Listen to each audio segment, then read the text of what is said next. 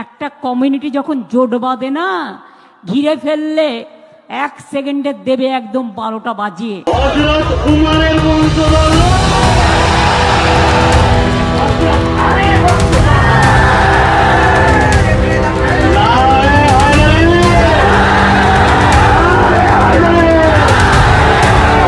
Our pilot is no more there. He has suffered accident due to the hurdles of bamboos and the hurdles and the bridge. We are traveling alone. I could take care of my children. Take care of my children if something happens to me. অভূতপূর্ব, একেবারে বেনজির। মুখ্যমন্ত্রীর লাগাতার প্ররোচনায় মালদায় প্রাণঘাতী হামলার মুখে SIR এর কাজে নিযুক্ত বিচারকরা। বুধবার মধ্যরাতে মালদার কালিয়াচক রণক্ষেত্রের চেহারা নেয়। এসআইআর এর নাম বাদ যাওয়ার প্রতিবাদে সেখানে সকাল থেকে বিচারপতিদের ঘেরাও করে চলছিল বিক্ষোভ। মধ্যরাতে পুলিশ ও আধা সেনা বিচারপতিদের উদ্ধার করতে গেলে ইট বৃষ্টি শুরু করে দুষ্কৃতীরা। কোনো ক্রমে প্রাণ হাতে করে এলাকা ছাড়েন 7 বিচারপতি। গোটা ঘটনা কেন্দ্রীয় এজেন্সি দিয়ে তদন্ত করানোর নির্দেশ দিয়েছে সুপ্রিম কোর্ট। আদালতের পর্যবেক্ষণ, পশ্চিমবঙ্গে আইন শৃঙ্খলা বলে কিছু অবশিষ্ট নেই। তবে কি 2021-এর নির্বাচনের মতো এবারও মুসলিমদের লাশের ওপর ভোট বৈতরণী পার করার চেষ্টায় রয়েছেন মমতা বন্দ্যোপাধ্যায়? বুধবার কালিয়াচকের মোথাবাড়িতে যা ঘটেছে তা এক কথায় অভূতপূর্ব। সুপ্রিম কোর্টের নির্দেশে অন্যান্য দিনের মতো এদিনও বিডিও অফিসে এসআইআর এর শুনানি করছিলেন বিচারকরা। ওদিকে সকাল থেকে বিডিও অফিসের সামনে তালিকা থেকে নাম কাটা যাওয়ার প্রতিবাদে চলছিল বিক্ষোভ। বেলা যত বাড়তে থাকে তত বাড়ছিল বিক্ষোভকারীদের সংখ্যা। বিকেল গড়িয়ে সন্ধ্যা হলে রীতিমতো উত্তপ্ত হয়ে ওঠে পরিস্থিতি। 7 বিচারককে ঘেরাও করে রাখে বিক্ষোভকারীরা, যাদের মধ্যে 3 জন মহিলা। এদের মধ্যে একজনের 5 বছরের সন্তানও রয়েছে। অভিযোগ, বিচারকদের জল ও খাবার পর্যন্ত ঢুকতে দেওয়া হয়নি বিডিও অফিসে। রাত বাড়লে বিচারকরা কলকাতা হাইকোর্টের প্রধান বিচারপতির সঙ্গে যোগাযোগ করেন। রাত 8:30 নাগাদ প্রধান বিচারপতির তরফে যোগাযোগ করা হয় পুলিশ আধিকারিকদের সঙ্গে। দ্রুত পদক্ষেপ করতে বলা হয়, কিন্তু তারপরেও পুলিশের তরফে আটক বিচারকদের উদ্ধার করতে কোনো তৎপরতা দেখা যায়নি বলে অভিযোগ।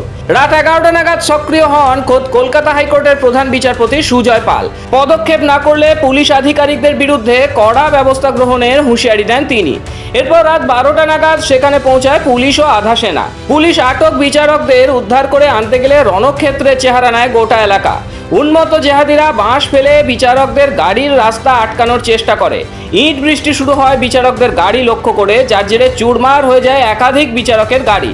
বাসের ব্যারিকেড ভেঙে গাড়ি ছুটিয়ে কোনো রকমে বিচারকদের প্রাণে বাঁচান গাড়ি চালকরা। বেনজির এই ঘটনা নিয়ে বৃহস্পতিবার সকালে আদালত খোলা মাত্র রাজ্য প্রশাসনকে তুলোধনা করেছেন সুপ্রিম কোর্টের প্রধান বিচারপতি সূর্যকান্ত। রাজ্য প্রশাসন ও নির্বাচন কমিশনকে একের পর এক কড়া নির্দেশ দিয়েছেন তিনি। কিভাবে বিচারপতিদের নিরাপত্তায় এত বড় গাফিলতি হলো তার ব্যাখ্যা চেয়ে রাজ্যের মুখ্য সচিব, স্বরাষ্ট্র সচিব, রাজ্য পুলিশের ডিজি, মালদার জেলা শাসক ও এসপিকে শোকজ করেছে সুপ্রিম কোর্ট।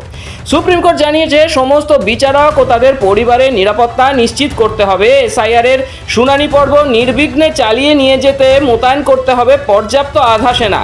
একই সঙ্গে এই ঘটনা কেন্দ্রীয় এজেন্সিকে দিয়ে তদন্ত করানোর নির্দেশ দিয়েছে আদালত। তবে তদন্ত সিবিআই করবে না এনআইএ তা ঠিক করার দায়িত্ব নির্বাচন কমিশনকে দিয়েছে আদালত।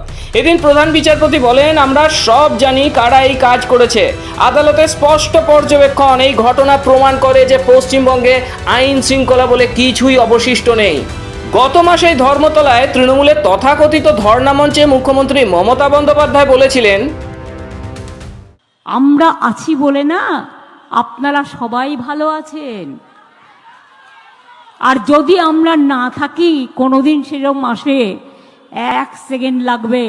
একটা কমিউনিটি যখন জোট বাঁধে না, ঘিরে ফেললে 1 সেকেন্ডে দেবে একদম 12টা বাজিয়ে। তারপর থেকে কখনো কেন্দ্রীয় বাহিনী, কখনো নির্বাচন কমিশনের বিরুদ্ধে লাগাতার প্ররোচনা দিয়ে গিয়েছেন মমতা বন্দ্যোপাধ্যায়। আর বুধবার 12টা বাজিয়ে দেখিয়ে দিল তার উল্লেখ করা সেই একটি সম্প্রদায়। এই ঘটনায় প্রশ্ন উঠছে, তবে কি 2021-এর মতো 2026-এর নির্বাচনেও লাশের ওপর ভিত্তি করে উতরাতে চান মমতা বন্দ্যোপাধ্যায়? 2021-এর কোচবিহারের শীতলকুচি ঘটনার পুনরাবৃত্তি ঘটিয়ে তার ভোট ব্যাংকের আরও মেরুকরণ করার পরিকল্পনা করছেন তিনি। কারণ ইতিমধ্যে পশ্চিমবঙ্গের সংখ্যালঘুদের একাংশ বুঝতে পেরেছেন তৃণমূল তাদের ব্যবহার করছে, যার জেরে আইএসএফ, এআইএমআইএম, এজেইউপির মতো রাজনৈতিক দলের জনপ্রিয়তা ক্রমশ বাড়ছে। এই অবস্থায় কেন্দ্রীয় বাহিনীর গুলিতে তার ভোট ব্যাংকের কয়েকজনের মৃত্যু হলে আবেগের রাজনীতির তাস ভালো খেলতে পারবেন তিনি। কালিয়াচকের ঘটনা বলে দিল পশ্চিমবঙ্গের একাংশে এখন আর আইনের শাসন বলে কিছু নেই। বুঝিয়ে দিল বেলাগাম দুষ্কৃতীরাজের ওপর কোনো নিয়ন্ত্রণ নেই পুলিশের। পশ্চিমবঙ্গের আইন শৃঙ্খলা, মানুষের প্রাণ ও সম্পত্তির নিশ্চয়তা এখন ভগবান ভরসা। পশ্চিমবঙ্গের একাংশ এখন কার্যত পশ্চিম বাংলাদেশ। আপনার কি মনে হয় এই হামলার জন্য দায়ী কারা? বিচারকদের ওপর হামলাকারীদের কি শাস্তি হওয়া উচিত? জানান কমেন্টে। এরকম প্রতিবেদন আরও দেখতে সাবস্ক্রাইব করুন আমাদের চ্যানেল। ব্যুরো রিপোর্ট, মাধ্যম।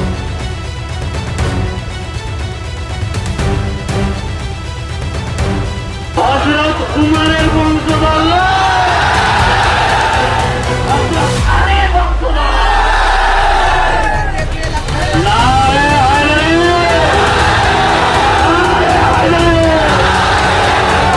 Our pilot is overboard. He has suffered accident due to the hazards of bamboo and the hazards and the bridge. We are traveling alone.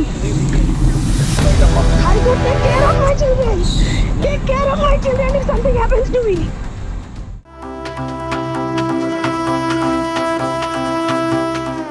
जब विजन बड़ा हो, जब नेतृत्व निर्णायक हो, तब विकास सिर्फ घोषणा नहीं, वास्तविकता बनता है।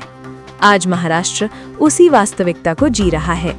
प्रधानमंत्री नरेंद्र मोदी के आत्मनिर्भर भारत के संकल्प ने भारत को वैश्विक निवेश का सबसे भरोसेमंद केंद्र बनाया है।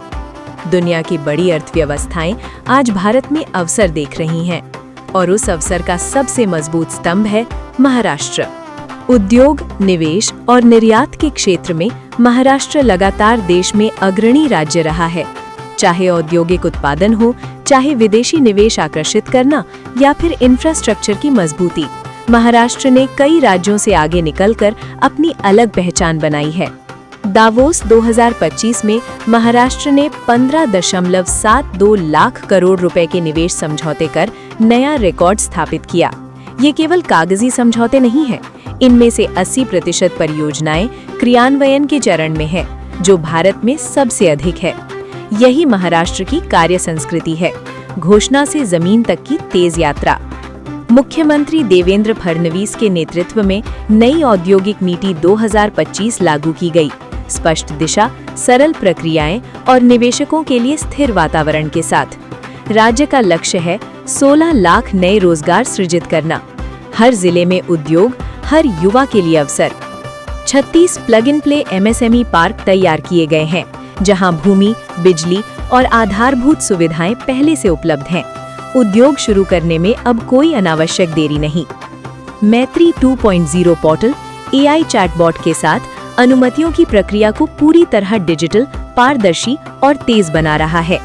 प्रधानमंत्री नरेंद्र मोदी का विजन, मुख्यमंत्री देवेंद्र फडणवीस का नेतृत्व और महाराष्ट्र की उद्यमशील ऊर्जा मिलकर बना रहे हैं एक नया औद्योगिक भविष्य। महाराष्ट्र, निवेश का विश्वास, विकास का भविष्य।